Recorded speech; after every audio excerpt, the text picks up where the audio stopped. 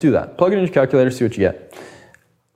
And you need to write it out like I'm about to write it out. So, anytime we have a fractional exponent, whatever's on the bottom becomes whatever's in front of our radical sign. Now, in this case, it's a 2, and we don't usually write the 2 out front. It's just kind of one of these math things.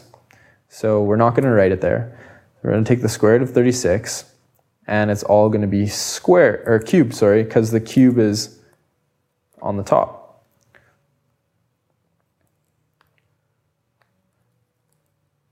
So I can do the square root of 36. It's going to give me 6 cubed, and 6 cubed is 216.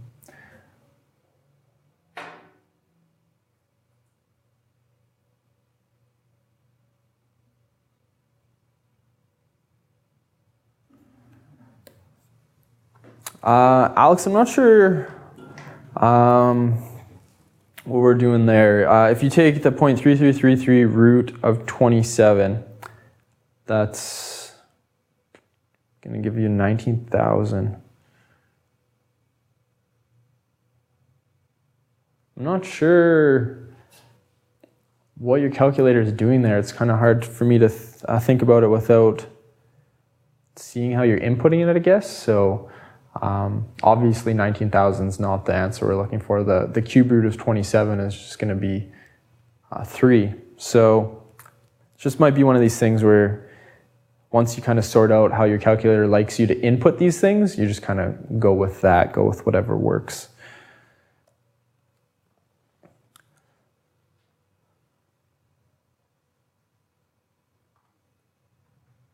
Okay. Let's do a couple of these a little bit more challenging ones, and then we'll call her a day. So I have 25 over 36 to the power of 1 over 2, and the exponent is negative. So in order to get rid of my negative exponent, I need to take the reciprocal. I don't like negative exponents. I never deal with negative exponents. I want to get rid of them immediately. So if I take the reciprocal of 25 over 36, that's going to be 36 over 25. My exponent stays the same, but all I lose is the negative sign.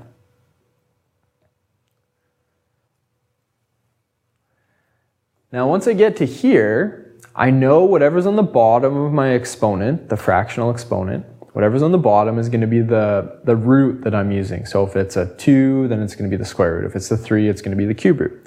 In this case, it's a 2. So I'm going to rewrite this as 36 over 25. And if I put it under the radical sign, I'm going to take the square root of these things.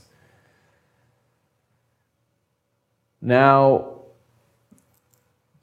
this is a question that you would probably see, something that we've done already.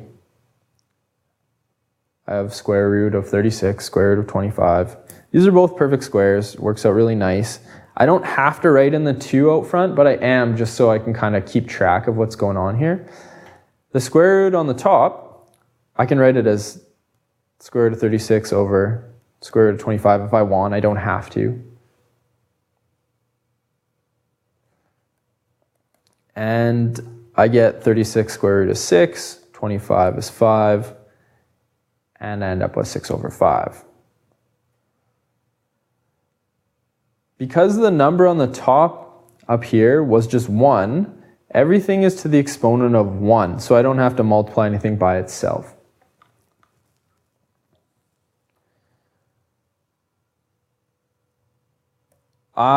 What is the e to the x button for? That is for e. E is a constant, I guess. It's a number, and then e to the power of x is like an exponential function. So e to the x is something. I'm trying to think if we even use it in grade 10. I don't think you use it in grade 10. You use it in grade 11 and 12 for sure. I forget what e equals. It's like 0.2 something. So we're just not going to use that button because it's not what we're looking for. Taylor's asking a great question. What if they're not perfect squares? Then you simplify them as far as you can, and that's all you do. So you can kind of see how yesterday's lesson's kind of building, or like, not yesterday, but doing this, this radical stuff kind of builds, and now we're kind of where we are here. So if we end up with a number that isn't a perfect square, if we can pull a perfect square out of it, we will to simplify it. But if there are no perfect squares that go into it, we just leave it. We're done. That's as far as it can go. All right, a couple more examples here, and a few things from maybe grade 9. 32 to the power of negative 0.4. Oh no, a decimal is an exponent. That's not very nice.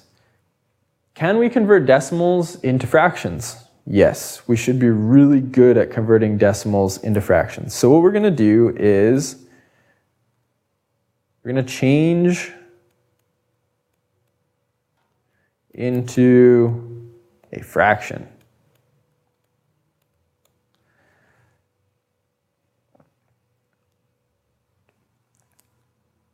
Alex is a step ahead of me, which is good. 32 to the power of 4 over 10, negative. And then simplifying that a step further, because it's just a fraction, we can simplify it. 32 to the negative 2 over 5. Perfect.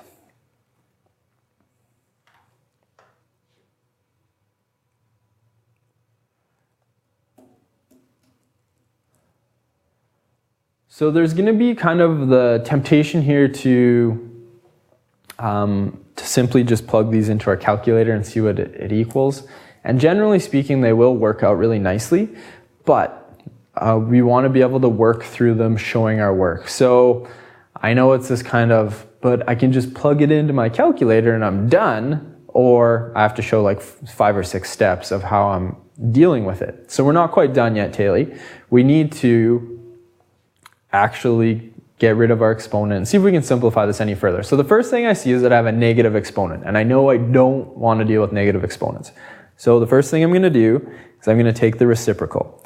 So I'm going to write this as 1 over 32 to the power of positive 2 over 5. Remember, when I'm taking my reciprocal, I take the reciprocal of the base, not the exponent. And Alex just calculated it in his calculator and gets 0.25, which is the same thing as 1 over 4. So it's important to show how you're getting the 1 over 4. So we're going to do a few more steps here and we'll see how we end up with that 1 over 4, because it is a bit of work. So when we have these fractional exponents, we want to take whatever's on the bottom, and that's going to be our root. So this is going to be the same thing as, I'm not going to do anything with the 1 because the fifth root of 1 is just 1. And then 1 squared is just going to be 1. So the top's just 1. Hopefully we can all agree on that. If I want to take the 1,000,000th root of 1, it's going to be 1. And if I take 1 to the power of 743,221, it's just 1. So if I'm taking roots or squaring or cubing or whatever I'm doing with 1, it's just 1. So I'm just going to leave it as 1. On the bottom, I end up with this 32. Now whatever's on the bottom of my fraction, in this case 5, that is going to go in front there. And whatever's on the top of my fraction, in this case a 2, it's going to go back. So again, everything's going to be squared in the end here. I'm just going to kind of work a little horizontally here where I have a little bit of room. Well, the 1,000,000th root of 2 is going to give us an answer, because something times itself 1,000,000 times needs to equal 2. It's going to be a really, really small number. You probably get it in scientific notation. So the first thing I need to do here is take the fifth root of 32. Mr. Borden, I don't know what the fifth root of 32 is. Me neither, but we can figure it out. A number times itself 5 times, that gives us 32. I can plug it into my calculator, I can use my noodle, I can figure it out. So it's not going to be a big number, so it's probably 2 or 3, and I'm thinking 3 cubed is already 27, so what's 2 to the 5th power? 2 times 2 is 4, times 2 is 8, times 2 is 16, times 2 again gives me 32. So this equals 1 over 2 to the power of 2. So just bringing the green 2 along, all I've done is taken the 5th root of 2 on the bottom. Or 5th root of 32, sorry, which gave me 2. Because 2 multiplied by itself 5 times gives me 32.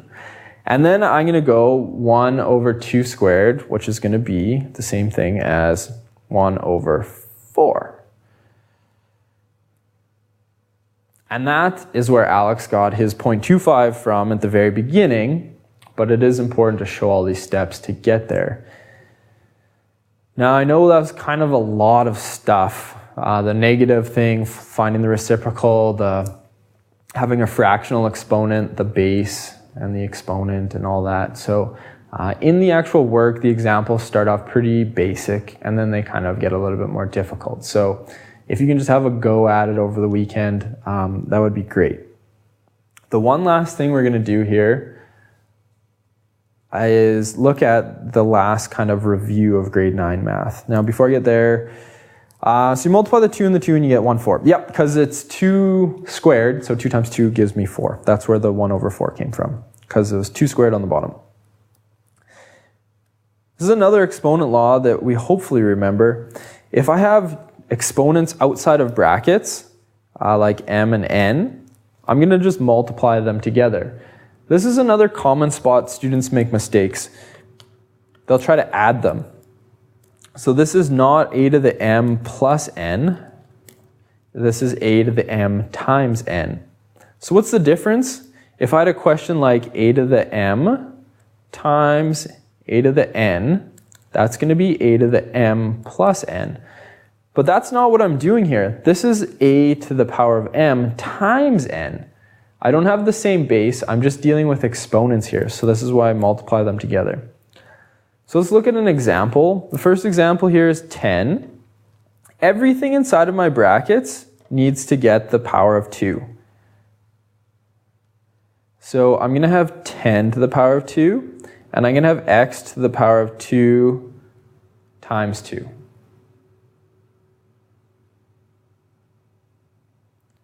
So 10 squared is 100, and 2 times 2 is 4.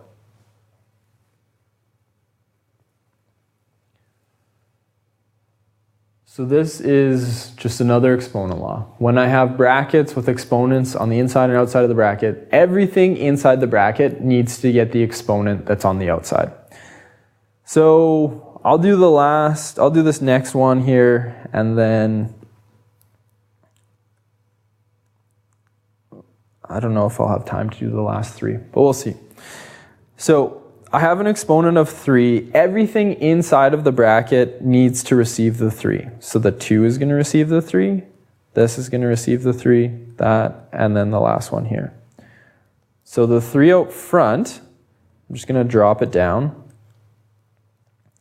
I'm going to have negative 2 to the power of 3. I'm going to have x to the power of 3 times 3. I'm going to have y to the power of 3 times 3. And I'm going to have z to the power of 2 times 3. So that was kind of just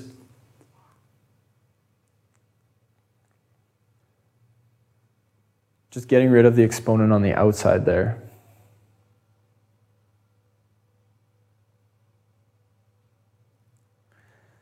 So I'm going to just drop the 3 down again. I'm going to go negative 2 to the power of 3. So 2 times 2 is 4 times 2 again is 8, negative 8. 3 times 3 is 9. 3 times 3 again is 9. And 2 times 3 is 6. Last thing I need to do is deal with my coefficients out front, the 3 and the 8, because I know 3 times negative 8 is going to give me negative 24. So x to the 9, y to the 9, instead to the 6.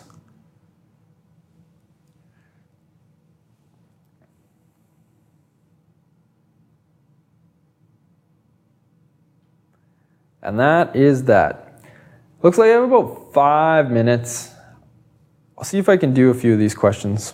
And then we'll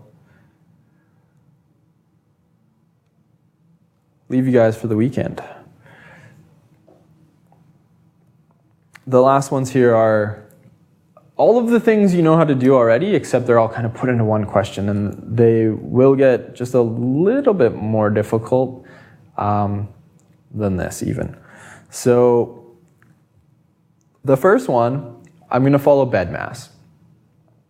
So BEDMAS says I need to do everything inside my brackets first. So I'm going to do your brackets. No English today. You guys are done for the day because 11:30, hopefully I can finish by. So I'm going to simplify things in my brackets. Common terms between 16 and 8. How many times does 8 go into 16? Twice. 8 goes into 8 once.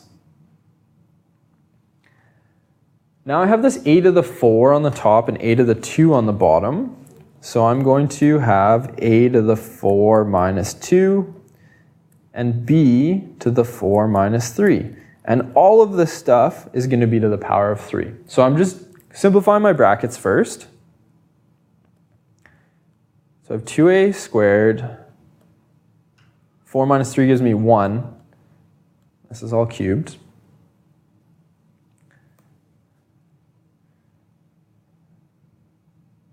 And at this point, I need to make sure everything inside the brackets receives the exponent of 3. So I'm going to multiply any exponents I have, or I'm going to write something like 2 to the power of 3. This is 2 times 3, and this is 1 times 3. 2 to the power of 3 is 2 times 2 times 2 is 8. 2 times 3 for my exponent here is 6, and 1 times 3 is 3.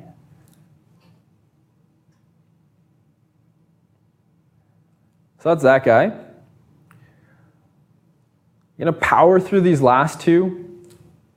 If you kind of get lost, you might have to look at the video a little bit later and kind of sort it out. But I just want to make sure you guys have a couple examples to go by. There are examples within the course as well, but just want to get these done. So negative exponent, to make it positive, I am going to find the reciprocal. So now my exponent is positive. Can I do any simplification? 25 and 5 is 5 and 1. And then I have x to the 5 on top and x to the 2. 5 minus 2 is going to give me 3. So I'm going to rewrite it as 5 x to the 3. Everything on the bottom is just 1s. This is all squared. Both things get the squared. Oops, 5 squared and x to the 3 times 2. 5 squared is 25, x to the 6. Last one here, negative exponent. You know what? I'm not going to do the last one. I'll pick up the last one next day, because this is getting into exponents that are negative inside, outside, and it's just going to be a bit of a nightmare. So let's just have a quick peek at the learning guide, and I'll leave you guys for the weekend. What can we do now? Raising a power to an exponent, you guys should be able to do that. Raising a quotient to exponent, you should do that. Negative exponents, you should be okay with that. We should be good up to 13. So if you can do up to 13 on page 7, that's when things get really tricky. So have a go at that.